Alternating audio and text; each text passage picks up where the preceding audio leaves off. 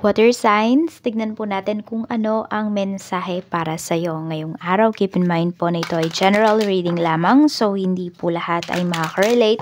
So be open-minded. Sa mga hindi pa po nakasubscribe dito sa ating channel, please subscribe na po kayo and palike na din po ng ating video. At sa mga nais pong mag-avail ng ating private readings, Lucky Stones and Amulet, makikita nyo po yung link sa description box below. Tarot Intentions by Aliana Reyes. So we have courage to ask for and accept help. Yan. Water signs. May problem ba kayo? Need nyo ba ng tulong? Ayun lang, sinasabi sa inyo ni universe, magkaroon kayo ng lakas ng loob na i-accept yung mga help na dumarating sa inyo at humingi ng tulong kung kayo ay nangangailangan. Minsan kasi 'di ba, pwedeng nagiging ma-pride tayo, water signs. Pagdating doon sa paghingi ng tulong, lagi nating sinasabi na ayaw kong makaabala, ganyan-ganyan, kasi may problema din sila. Pero yun, baka naman ikaw naman dito ay bigat na sa problem mo, pero wala ka pa ring action na ginagawa or hindi ka humihingi ng tulong. O minsan naman may nagbibigay sa'yo ng tulong pero hindi mo ina-accept kasi sinasabi mo dito, ay nako, ayoko magkaroon ng utang na loob. Oh, yung iba sa inyo, totoo ba yan? Tingnan natin. Okay, so yun lang, sinasabi ni universe, kung kayo ay nahihirapan, you ask for help.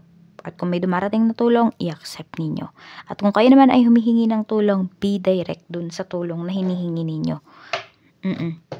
Tingnan natin kung ano pa yung mensahe para sa'yo. Ayan. Huwag kasi lagi dito, emosyon yung pinapagana ninyo. Dapat matuto din kayo magsalita.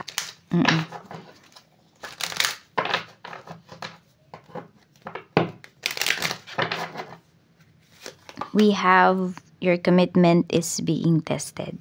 Ayan.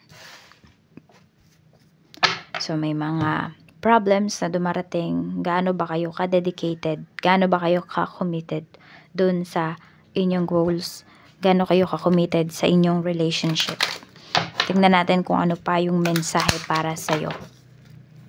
We have a blessing on a battle that cannot be avoided. So may mga bagay dito na hindi nyo na pwedeng iwasan. Okay, pinapaharap na talaga sa inyo to ni universe kung ano man itong mga problems na ito.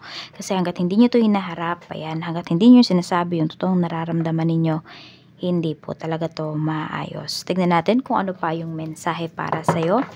Spirit guide, mensahe pa po natin kay water signs, Cancer, Pisces, and Scorpio. Tignan natin.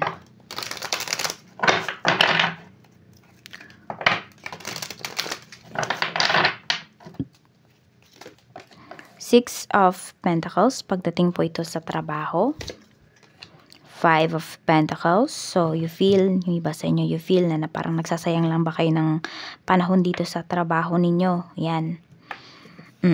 Meron din dito, pwedeng delay yata yung pasahod sa inyo. So hanggang hindi nyo pa nakukuha yung pera ninyo o yung sweldo po ninyo. We have justice, so yan yung nilalakad mo ngayon. Ayan po. Parang you feel kasi na hindi fair yung treatment dyan sa trabaho ninyo. Tignan mo, pwedeng meron ng mga binigyan, tas ikaw dito naiwan. Okay? So yun, parang need mo pa talagang magtiis kasi meron ka pang kontrata dito. So some of you, water signs, yan na lang talaga yung hinihintay ninyo. Na, ayan po. Or pwede rin baka may magka-cash advance dito ngayong araw na to. Ayan, pwedeng babali yung iba sa inyo ngayong araw. Tapos medyo kinakabahan kayo kasi di nyo alam kung kayo ba ay pagpipigyan.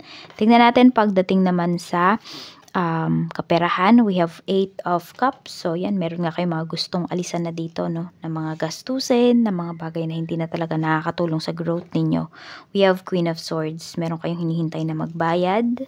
Page of Wands. Nakikita mo yung tao na to. Pwedeng pinahiram mo to, water signs. Nakikita mo na ayan pag sinisingil mo siya, wala siyang paki sa'yo. Tignan mo, hindi siya nakatingin.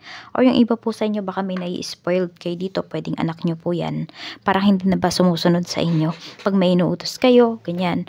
Yun yung lumalabas dito. For some of you naman, kayo ay nag-sacrifice para sa inyong pamilya, para sa inyong mga anak. Lalo na ayan sa anak mo. Lumalabas kasi yung energy kung meron na po kayong anak. Ang nangyayari kasi dito, parang hindi kayo na-appreciate ngayon. Yung mga pinaghirapan po ninyo, parang hindi siya na-appreciate. Kaya parang yung iba, gusto nyo na lang umalis. Ayan. Tingnan natin pagdating naman po sa business. We have Knight of Wands. Ang ganda ng energy pagdating sa business mo. We have the Hermit. Sobrang focus mo talaga pagdating dito sa iyong negosyo. Four of Cups. Ayan. Actually, sobrang focus po ninyo. May mga offers dito na hindi nyo na na-accept. So, try po ninyong kung sabihin natin, yes, nandiyan na talagang focus ninyo yung negosyo, pero nakikita nyo ba yung sales ninyo? Nakikita nyo ba na tumataas? Kung hindi, lingon kayo sa kabilang side. Diba? Tignan nyo po kasi may mga offer sa inyo dito parang hindi nyo tinatanggap.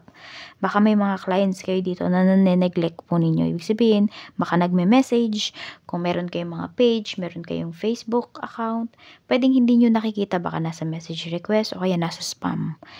Oo, kasi ito parang ang dami-dami pero hindi ninyo nakikita.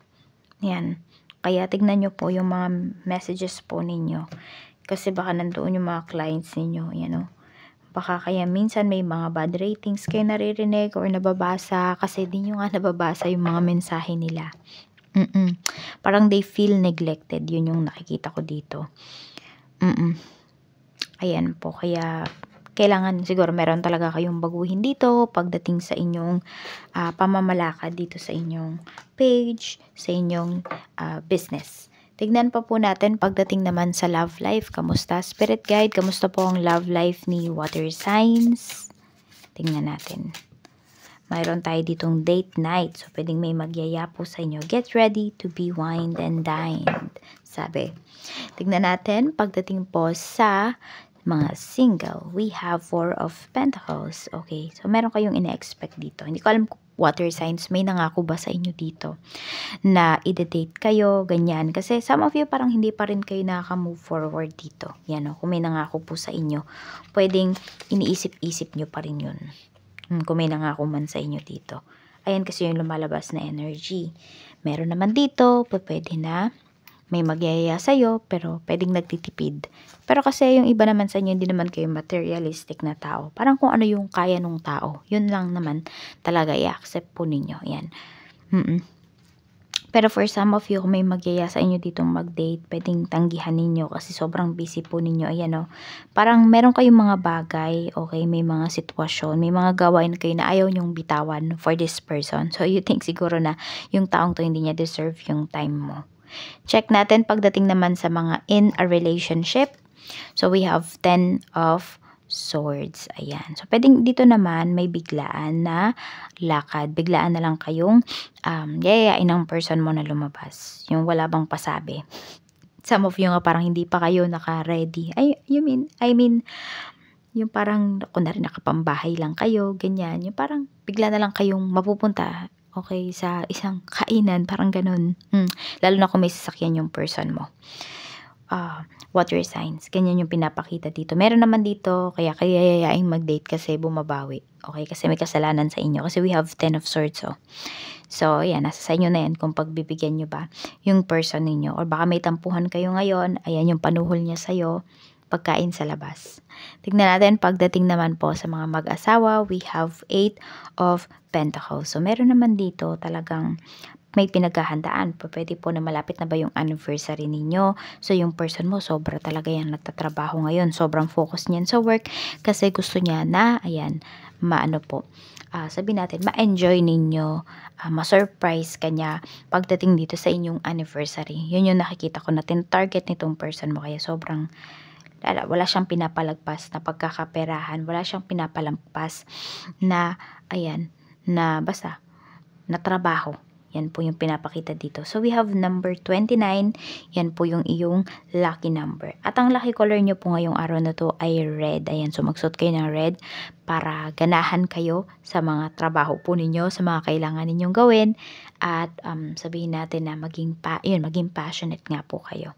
At ma-attract ninyo is love and passion ngayong araw. So, yan lang po. Maraming salamat. Mag-iingat po kayo always and more blessings to come. Bye-bye!